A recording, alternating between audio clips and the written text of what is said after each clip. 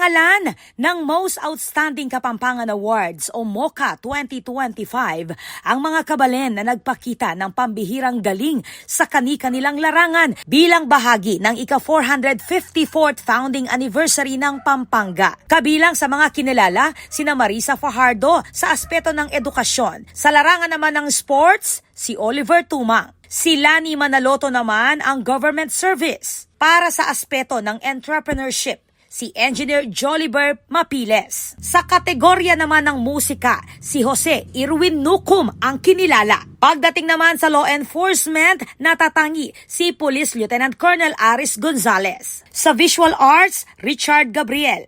Jose Antonio Miguel Melchor naman pagdating sa culinary excellence. Nangibabaw naman sa culture and heritage, si Joel Malyari. Si Dr. Richard Torno naman sa agriculture. Sa science and technology, si Mujekiwis Santos. Ang batikang documentary reporter naman na si Cara David ang kinilala sa aspeto ng mass media.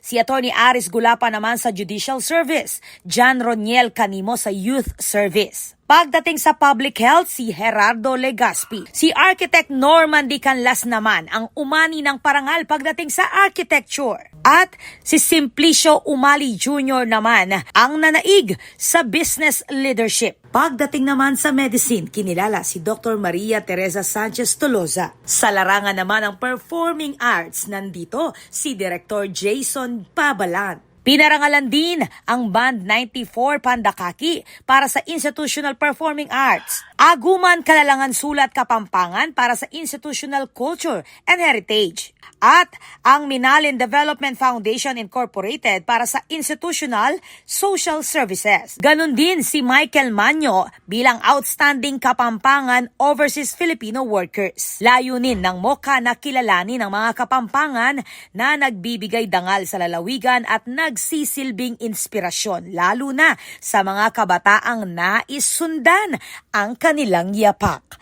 Ako po, Patricia Mamangon para King News Force Pampanga, Balitang Tutu, King Balen, Susuyo.